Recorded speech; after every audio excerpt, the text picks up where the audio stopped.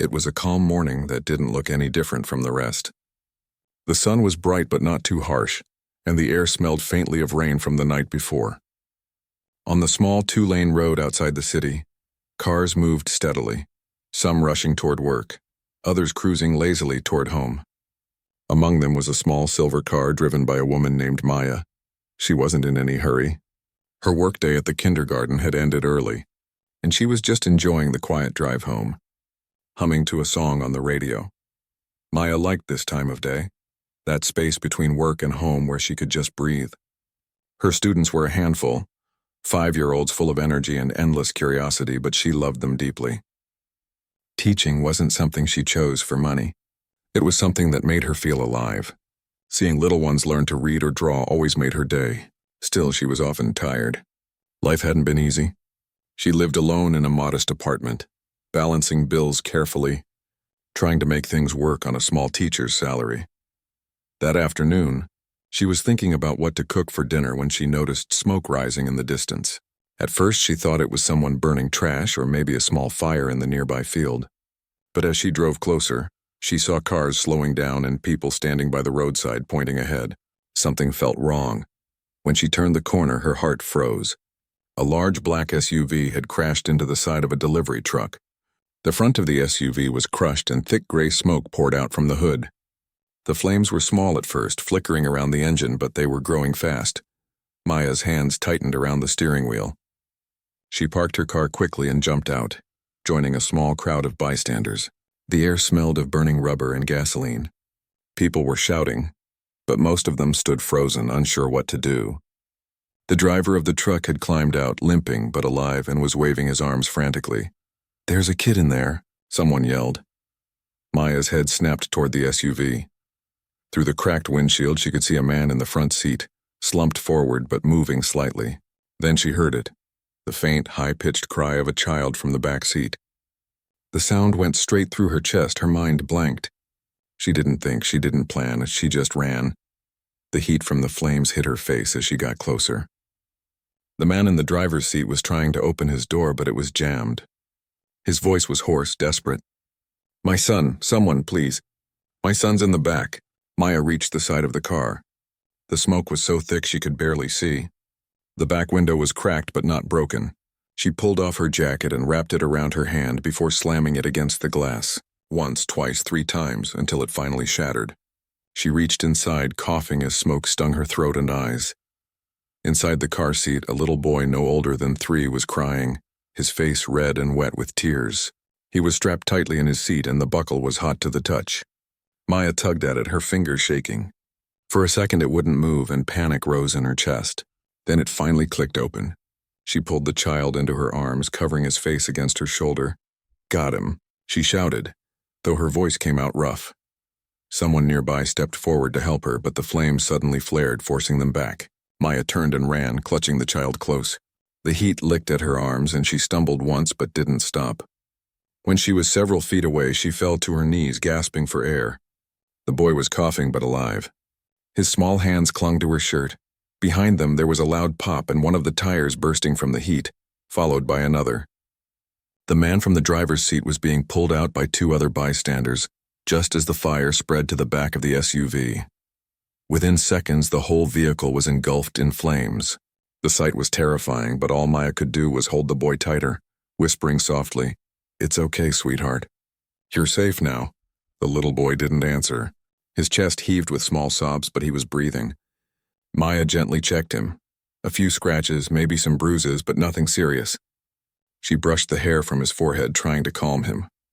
Her own hands were trembling, and she realized she had small cuts from the glass, her palms dotted with tiny burns. An older woman from the crowd rushed over with a blanket and draped it around both of them. "You're brave, dear," she said breathlessly. "You saved that child's life." But Maya wasn't thinking about bravery. She was thinking about how close it had been, seconds away from disaster. Her heart still raced, her lungs still burned. When she looked up, she saw the man who had been driving the SUV being helped to the ground. His face was pale, covered in soot, but his eyes were searching wildly until they landed on her and the boy. He staggered toward them despite the people trying to keep him still. "My son," he croaked, his voice breaking. He knelt beside Maya, tears cutting through the dirt on his face. He touched his child's cheek, and when the boy reached out to him weakly, the man broke down crying openly. Maya sat there, unsure what to say. She handed the child gently to him. The man held his son like he was afraid to let go. He looked at Maya, his lips trembling, but all he could manage was a whisper. "Thank you. I owe you everything." Before she could reply, sirens filled the air. Fire trucks and ambulances arrived within minutes, flashing lights reflecting off the smoke. Firefighters quickly began spraying foam over the burning car, while paramedics rushed to check on the injured. One of them led Maya to the ambulance, insisting she sit down. She tried to protest, saying she was fine, but the paramedic pointed to the burns on her hands and the redness on her face. "You inhaled a lot of smoke," he said gently. "You need oxygen." Inside the ambulance, as they treated her, Maya finally had a moment to breathe. She looked out the back window at the scene, the wrecked SUV still smoldering, the man sitting on the curb holding his son tightly, surrounded by paramedics. It felt unreal, like something out of a movie. Just an hour ago, she was driving home thinking about dinner. Now everything had changed. The boy had survived.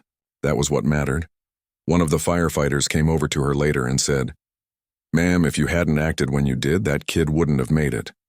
The fire spread fast and faster than usual. "You saved his life." Maya didn't feel like a hero. In truth, she was shaken to her core.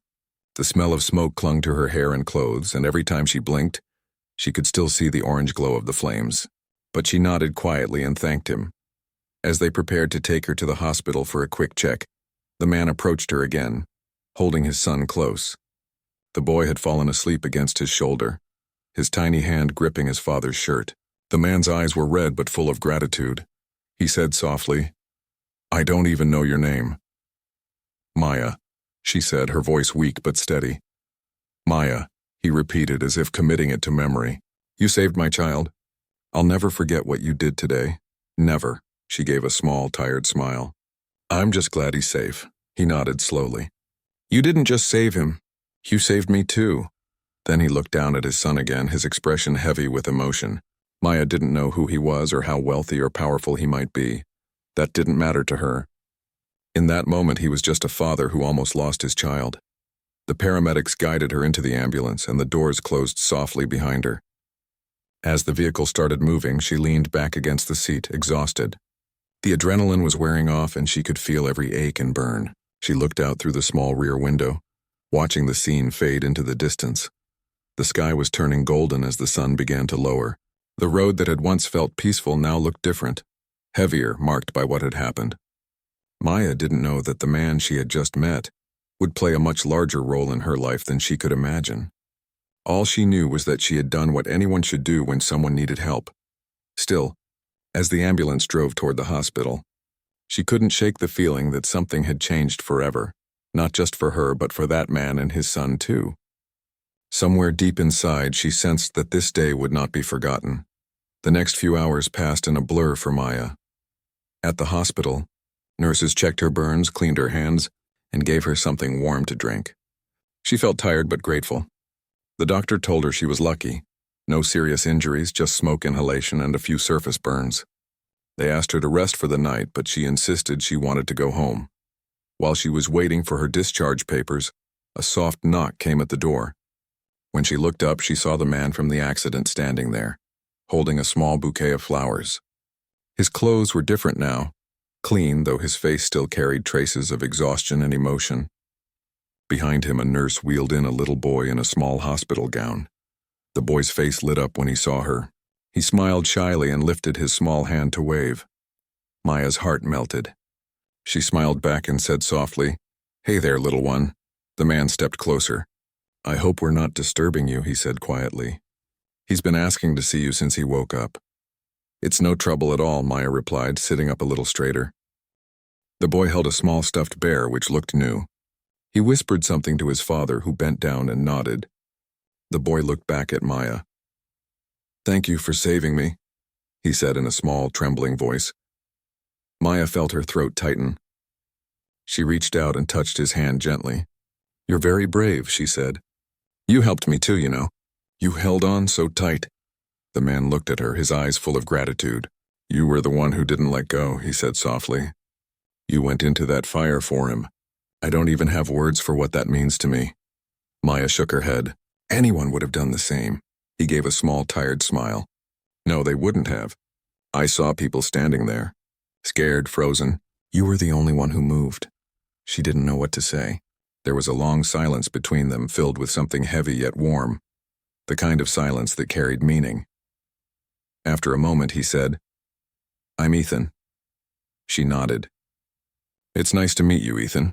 He hesitated, looking at her hands wrapped in bandages. Does it hurt? Not much, she said. Just stings a little. I'll be fine. He looked down at the flowers, then placed them on the side table beside her bed. These aren't enough, he said. Nothing would be enough. But I wanted you to have them anyway. That's very kind, Maya said, touched. He nodded slowly. I made myself a promise today. When I saw you pull my son from that car, I told myself if we both made it out alive, I'd never forget you. I don't break promises. His words hung in the air. Maya smiled politely, unsure what to say. She wasn't someone who expected rewards or grand gestures. She had done what she thought was right, that was all. Before leaving, Ethan said quietly, I want to keep in touch if that's all right. I owe you more than I can ever repay. She nodded. You don't owe me anything. But sure, you can keep in touch. He thanked her again, then guided his son out of the room. The little boy turned once more to wave before they disappeared down the hallway. Maya leaned back against the pillow, exhausted yet strangely emotional. She had no idea that this simple act of courage would start something much bigger than she ever imagined. Over the next few days, life tried to return to normal, but it didn't feel the same. Maya went back to teaching, but the story of the rescue had spread faster than she realized. A passerby had filmed the whole thing, from the moment she broke the window to the second she ran out with the boy in her arms. The video had gone viral. Every news channel played it, and reporters started showing up outside her school. Her students' parents stopped her in the hallways to thank her for setting an example. Strangers sent letters to the school, calling her a hero. Some even sent gifts, flowers, cards, small boxes of chocolates. It was overwhelming. Maya wasn't used to attention. She'd always lived quietly, unnoticed. And now the whole town seemed to know her name. Her principal called her into the office one afternoon and said with a proud smile, You've put our school on the map, Maya. We couldn't be prouder. But maybe take the rest of the week off. You deserve it, she agreed. She needed time to breathe, to process everything. That evening, as she sat at home sipping tea, her phone buzzed. It was a message from an unknown number. Hi, it's Ethan. I hope you don't mind me reaching out. I just wanted to know how you're feeling. She smiled a little and replied, I'm doing okay, just trying to get back to normal. He replied almost instantly, Normal might take some time. I still see that fire when I close my eyes. But every time I do, I also see you running toward it. I can't thank you enough. They talked for a while, just simple messages, but genuine ones. He told her his son was recovering well, still a bit shaken, but smiling again. She felt relieved to hear it. Before ending the chat, Ethan wrote, If it's all right with you, I'd like to meet for coffee sometime. Just to thank you properly. She hesitated for a moment. Then she typed, Sure, coffee sounds nice. A few days later, they met at a quiet cafe downtown. Maya arrived first and found a small table near the window. She felt slightly nervous, not because it was awkward, but because she wasn't sure what to expect. When Ethan walked in, he looked different from how he'd appeared that day at the hospital. He was neatly dressed, calm, though his eyes still carried a certain weight. He smiled when he saw her. I wasn't sure you'd actually come, he said, sitting down. I wasn't sure either, she admitted with a small laugh. They ordered coffee, and for a few minutes there was a comfortable silence. Then Ethan leaned forward slightly. You probably don't know who I am, he said. And that's honestly refreshing. Maya tilted her head. Should I know? He smiled faintly. Probably not. I own a few companies in the city. Construction, energy, real estate. That kind of thing. People usually treat me differently when they find out. Maya looked at him unfazed. You're still just a dad whose little boy was in danger, she said. He looked down, smiling softly. Exactly. That's all I was that day, a father who was helpless. You did what I couldn't. Maya didn't know what to say. She sipped her coffee quietly, her heart warming at his words. After a pause, Ethan said, You told me at the hospital that I didn't owe you anything. But I made a promise to myself and to my son. I want to keep it. You don't need to, she began, but he stopped her gently. I know I don't need to. I want to. You saved the most precious thing in my life. I can't just walk away and pretend that's something ordinary. His tone was sincere, not dramatic, just honest. Maya sighed softly. I don't need anything, Ethan, really. Knowing he's okay is enough. He looked at her thoughtfully. Maybe you don't need anything, but that doesn't mean you don't deserve something good to come out of this. Sometimes life should give back to the people who give everything. She didn't argue. Instead, she smiled faintly and said, Let's just call it even then. You bought the coffee. He laughed, a genuine, warm laugh that made her laugh too. They talked for a long time. About life, about his son, about her students. Ethan listened closely when she spoke about her work. She told him how her school was small and often lacked basic supplies. How sometimes she had to buy crayons and notebooks with her own money because she couldn't stand seeing her students go without. He frowned slightly. That shouldn't be happening, he said. Teachers shouldn't have to struggle like that, Maya shrugged. It's just the way things are. You get used to it.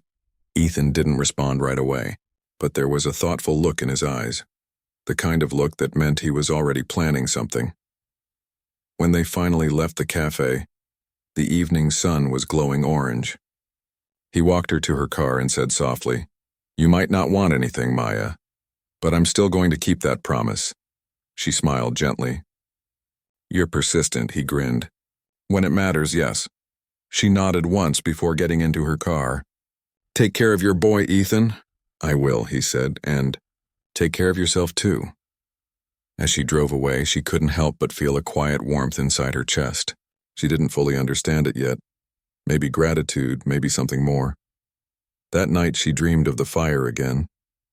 But this time, instead of fear, she felt calm. The image of the little boy's smile replaced the sound of the crackling flames.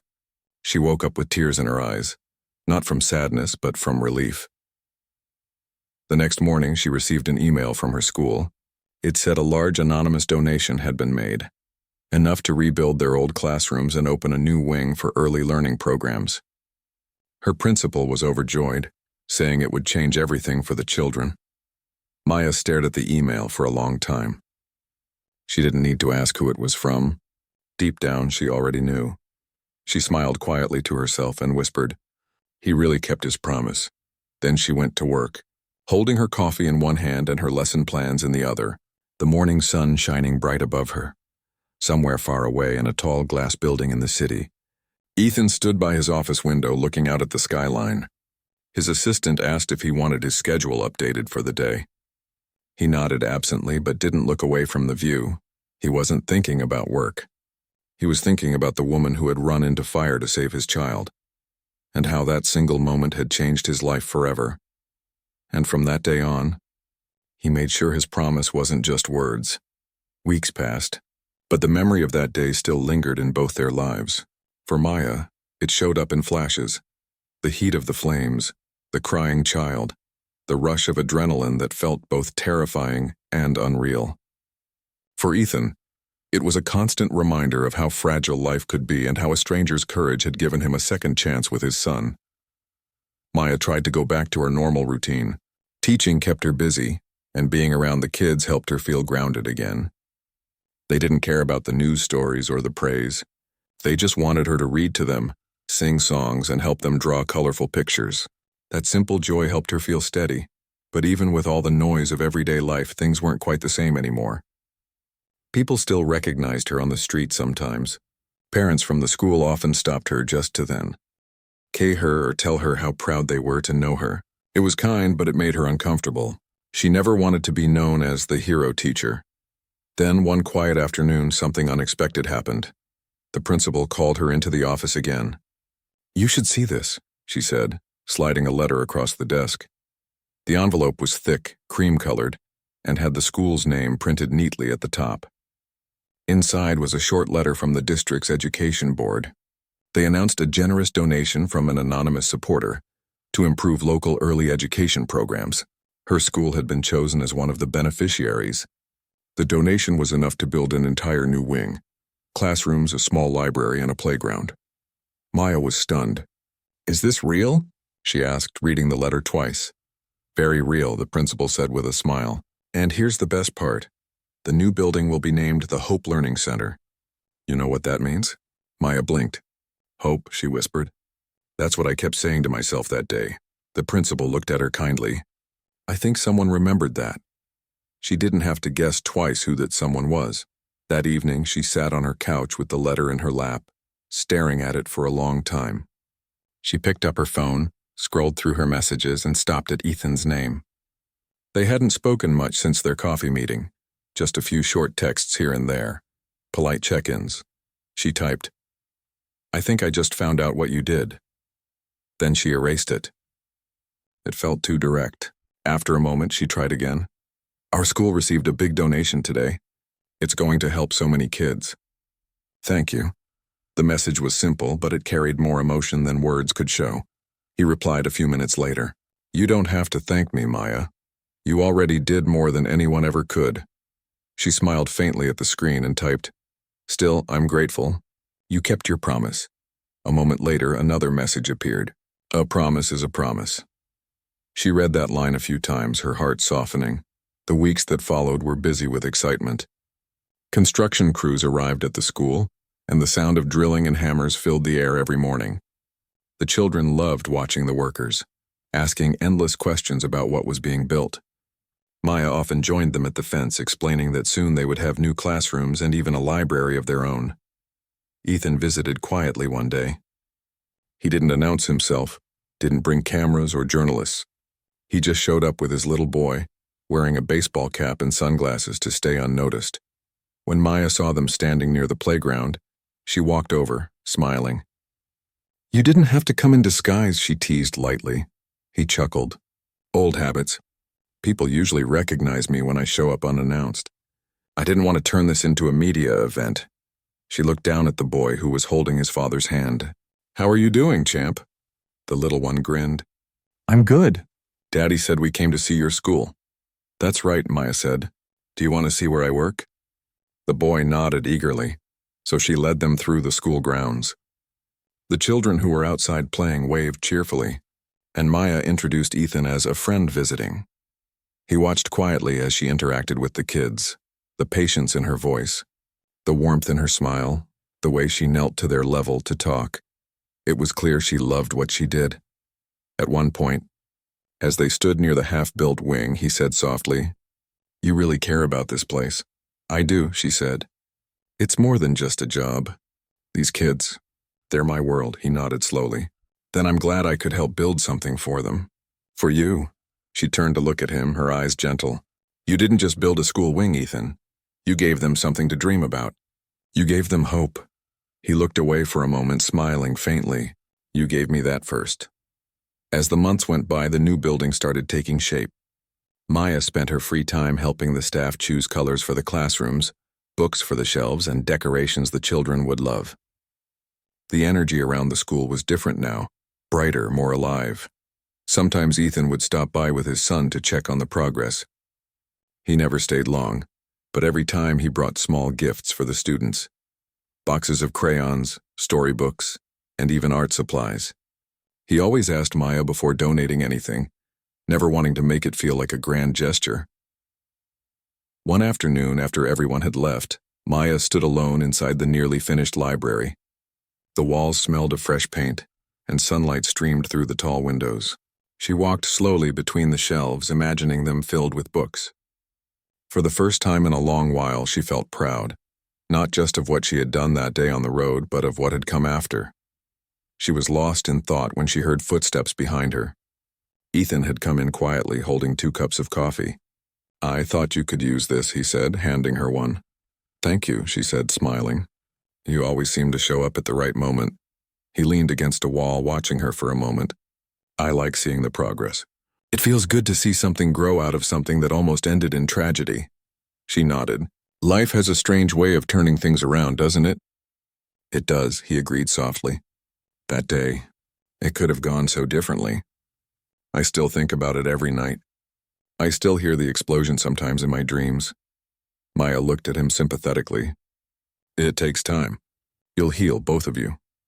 He hesitated, then said quietly, You're the reason we're both still here. I don't think I'll ever find the right way to thank you." She met his eyes. "You already did. You kept your promise and you changed lives." He shook his head gently. "You make it sound like I did all the work." Maya laughed softly. "Maybe we both did our parts." They stood there for a while, sipping coffee, watching the sunlight move across the floor. It was peaceful, the kind of silence that didn't need words. The opening day of the new wing came in spring. The whole school gathered outside with banners, balloons, and music. Parents came with their children. Local officials gave short speeches, and the students wore handmade badges that said, "Hope." When it was time to cut the ribbon, the principal surprised everyone. She invited Maya to the front, holding a small microphone. "This," she said proudly, "all began because of one brave teacher. Her courage reminded us what humanity looks like, and her kindness inspired others to act. The Hope Learning Center exists because of her heart." The crowd cheered, and Maya felt her cheeks flush.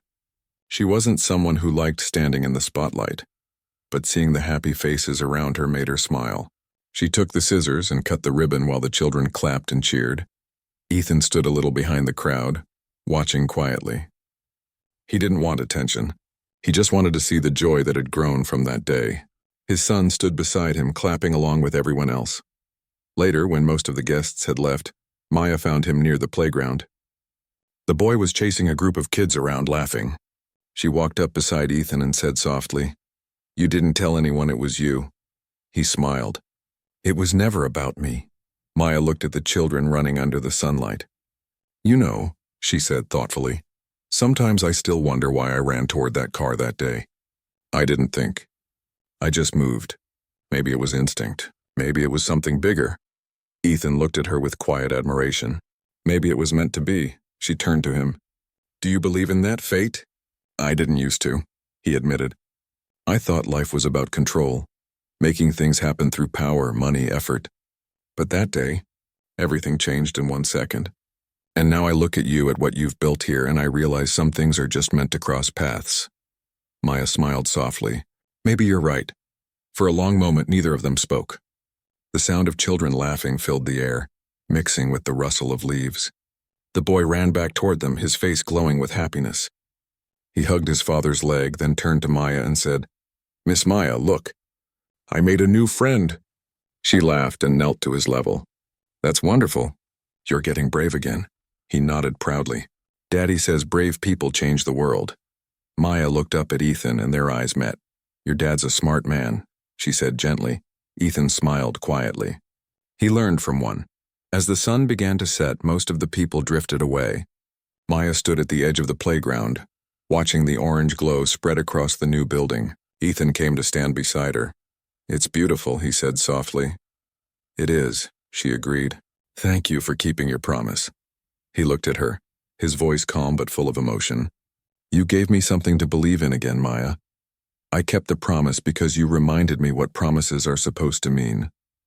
She smiled gently, her eyes warm. "Then maybe we both kept something alive that day. Not just your son, but something inside both of us." They stood there quietly, side by side. As the last bit of sunlight faded from the sky, the world around them was calm again, but deep inside, both knew that their lives had changed forever. After the hospital days passed, Maya slowly returned to her ordinary rhythm. Her burns had healed, the cough was fading, and life seemed to be moving on. But something deep inside her had changed. The world now looked different. Every time she drove past that stretch of road, her chest tightened with memory. The smell of smoke, the sight of that little boy's terrified eyes, and the sound of that man's desperate voice still echoed faintly in her mind. She tried not to think too much about what happened. But it wasn't easy. The rescue had made her a local hero. People at her school whispered about her bravery. Students brought her small drawings of flames and hearts, and parents often stopped to thank her. But Maya didn't feel like a hero. She had acted on instinct, not courage. To her, courage was what people did every single day without applause. Parents working long hours. Teachers caring for children others had forgotten. Still, something about Ethan's words lingered in her heart. He had stood by her hospital bed, shaken but grateful, saying he would never forget what she had done. He had promised to make sure her life changed for the better. Maya had smiled then, thinking it was just an emotional reaction, the kind of thing people say when they're overwhelmed. She didn't expect to hear from him again. But a few weeks later, something unexpected happened. One quiet morning, as Maya was preparing her class's art supplies, the school principal, Mrs. Carter, called her into the office. There was a formal letter waiting, typed neatly, sealed with a dark blue emblem. "This came for you, Maya," Mrs. Carter said, adjusting her glasses. "It's from the Caldwell Foundation." Maya hesitated before opening it. Inside was a message written in simple words, signed by Ethan himself. "Dear Ms. Thompson, I hope you are healing well. You may not realize the depth of what you've done, but I owe you a debt I can never repay. I've learned about your work, your students, and your school. You dedicate your life to helping children learn and feel seen. I would like to help you continue that mission. Expect something soon. You deserve it." With gratitude, Ethan Caldwell Maya blinked at the letter, unsure what it meant. She tucked it away in her bag, half expecting nothing to follow. But within a week, the news spread across the school. A massive donation had arrived anonymously, funding the construction of a new learning wing for children with special needs. Everyone was talking about it. The teachers were amazed, the students excited, the community stunned. It wasn't until the donor's identity was revealed that Maya realized the full truth. Ethan had kept his promise. The new building would be called the Hope Learning Center. The day the announcement was made, the staff gathered in the small assembly hall. Maya sat quietly in the back, her hands clasped in her lap, watching as the principal spoke. "This donation," Mrs. Carter said, her voice trembling slightly, "is in honor of an act of courage that showed what humanity really means. The donor has requested that the wing carry a message: hope is born when one heart saves another." Everyone clapped, but Maya didn't. She was too moved to even lift her hands. Tears filled her eyes as she realized the meaning behind those words. Ethan hadn't forgotten. He had taken his gratitude and turned it into something that would live beyond them both. Later that week, Ethan visited the school quietly. He didn't bring media or security, just himself and his son. Maya was helping some children with reading when she looked up and saw him standing at the door. For a moment, it felt like time paused. He smiled gently and stepped inside, holding his little boy's hand. Liam ran to her without hesitation, laughing. "Miss Maya!" She knelt down and hugged him, the warmth of his small arms wrapping around her neck. He was healthy, cheerful, and full of life.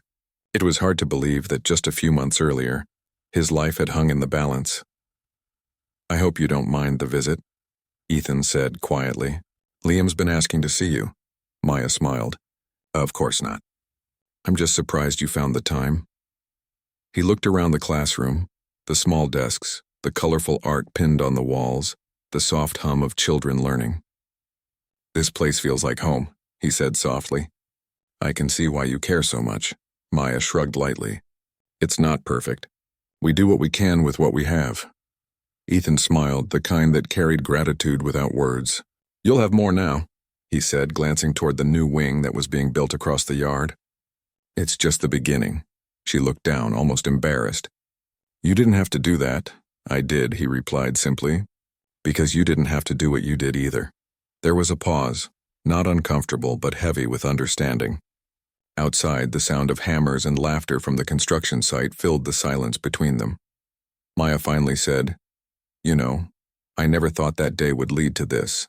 I didn't even think I'd make it out alive." Ethan's gaze softened. "Neither did I, but you gave me back my son. You didn't just save him, and you saved me too." She didn't know what to say. Words felt small against the weight of what they'd both been through. Over the next few months, Ethan stayed in touch. Not in a grand or intrusive way, but through small gestures. A note of thanks, a donation for new books, a message asking how her students were doing. It became a quiet friendship built on shared respect. When the new learning center was finally complete, the school held an opening ceremony. Parents, teachers, and children filled the courtyard, cheering as the ribbon was cut. Maya stood beside Ethan, feeling both proud and humbled. As the crowd applauded, she noticed Ethan watching the children explore the new classrooms, his expression thoughtful. "You know," he said quietly, "I used to measure success in numbers and deals. But this feels like something real." Maya nodded. "You gave them a chance to dream bigger. That's worth more than anything." He looked at her and smiled. Actually, you did that. I just kept a promise. Later that evening, after the guests had gone, Maya walked through the new building alone. The walls smelled of fresh paint. Sunlight streamed through the wide windows, and in one corner hung a small plaque. In honor of those who act without fear, for others they may never know.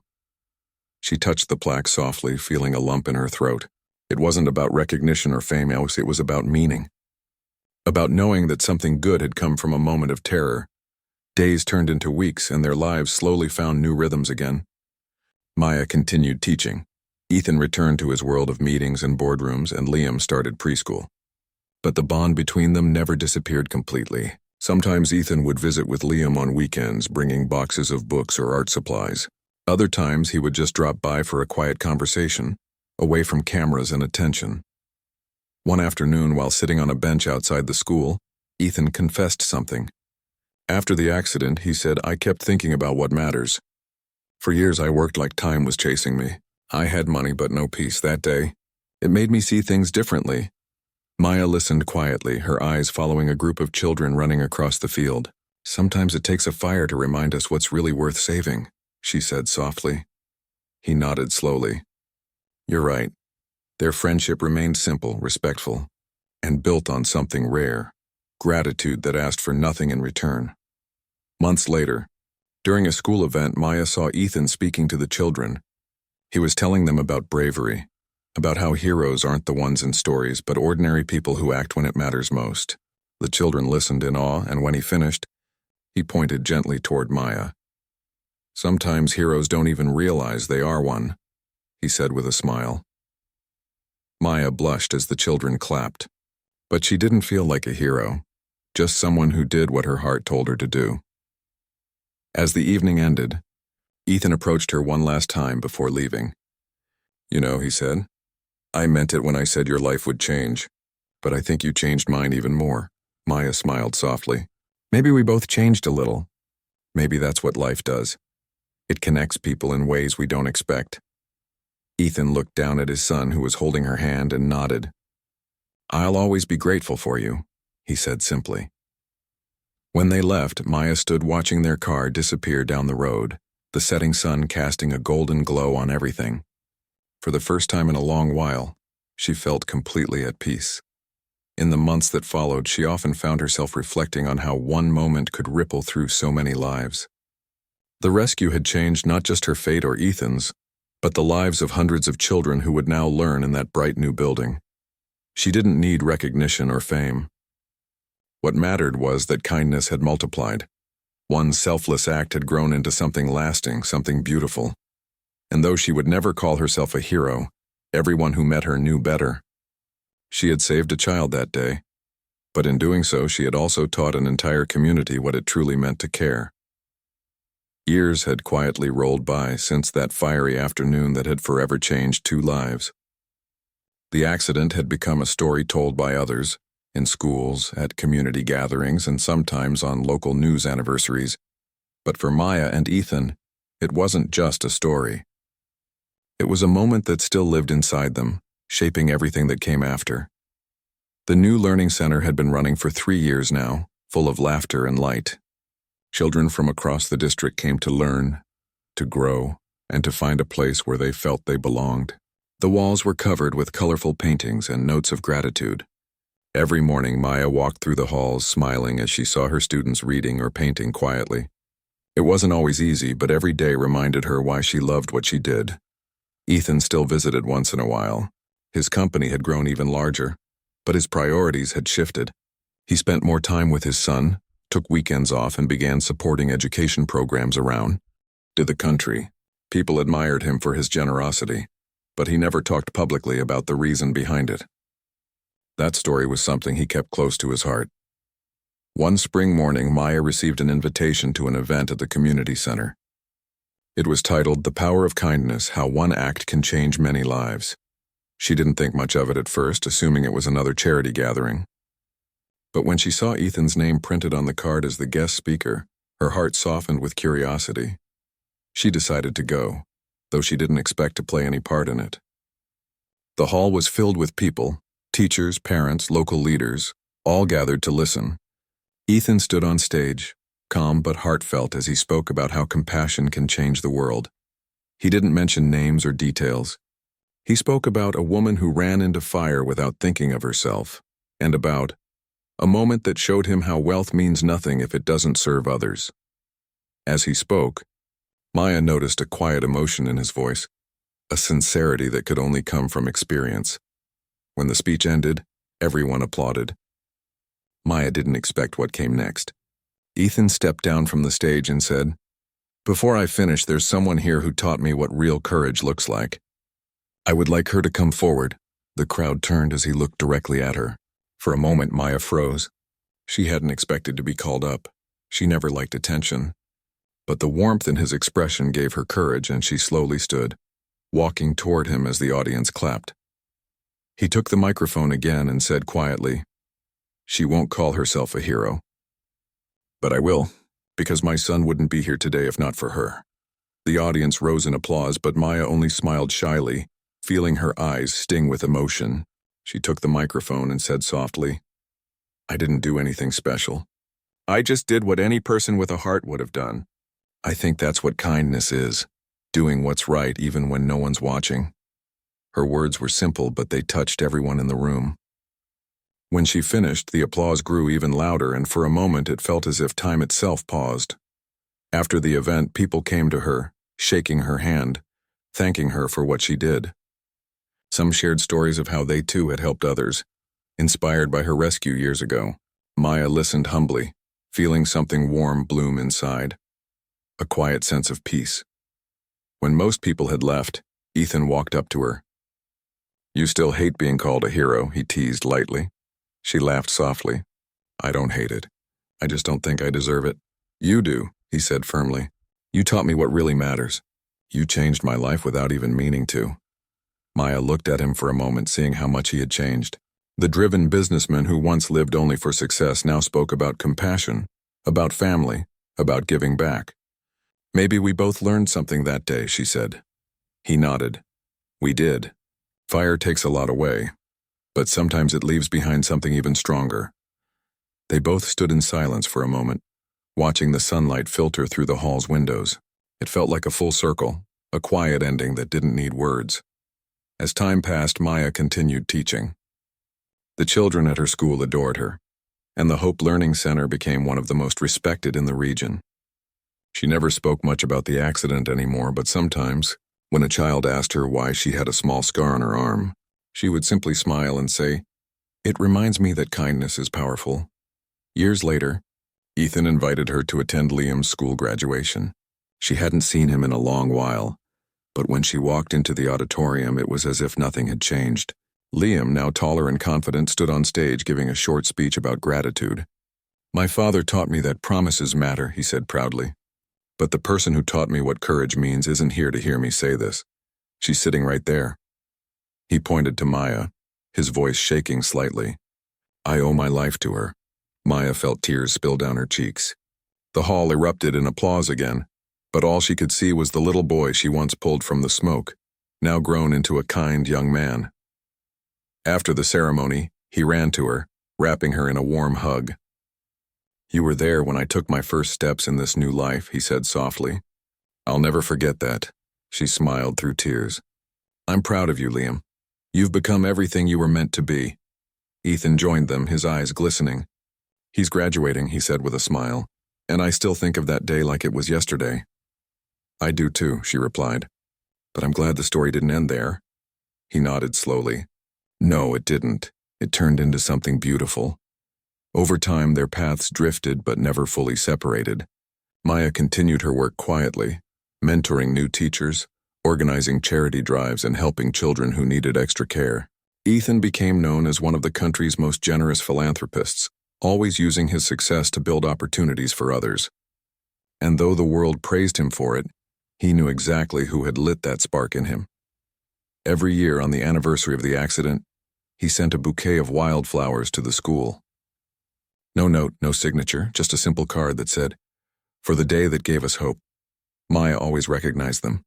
She would place them in the corner of her classroom, near the window where sunlight hit just right, and for a moment she would stand there quietly, remembering, as years passed, The memory of the fire faded in public memory, but not for them. For Maya, it was a reminder of how fragile and precious life could be. For Ethan, it was the day he discovered that strength doesn't come from power or wealth, but from kindness and courage. One late afternoon, as Maya was packing up after class, she noticed a small group of students sitting near the window, whispering excitedly. "Miss, tell us that story again," one of them said. "The one about the lady who saved the little boy from the fire?" Maya smiled softly. "You really like that story, don't you?" They nodded eagerly. "It's our favorite," said one girl. "It makes us feel brave." Maya paused, looking at their innocent faces, then began telling the story again, not with drama or big words, but simply, as if it was a quiet truth. She told them about the day someone made a choice, about how small moments can change everything, and about how kindness always finds a way to grow. When she finished, one boy asked, "Did that lady ever see the boy again?" Maya smiled and said gently, "Yes, she did. And he grew up to be someone who helps others, because kindness doesn't stop with one person. It keeps going." The children smiled, satisfied. As they left the room, Maya sat for a while gazing out the window. The sun was setting, painting the sky with soft colors, and for a brief moment she felt an overwhelming sense of peace. The accident had once been chaos and fear. But now, years later, it had become a story of hope that reached beyond them, touching hearts, inspiring others, reminding everyone that even a single act of bravery can light 1,000 more. That night, as she walked home under the calm sky, she thought about how far life had brought her. The road was quiet, the air gentle, and the stars began to appear one by one. She felt grateful, not for fame or recognition, but for having been part of something that mattered. She knew Ethan and his family were out there somewhere, living their own lives, carrying the same memory in their hearts, and that was enough. Sometimes life didn't give you perfect endings. It gave you meaningful ones. And for Maya, that was more than enough. Because long after the flames were gone, the warmth of that one moment, that one act of courage, still burned bright in the hearts it had touched.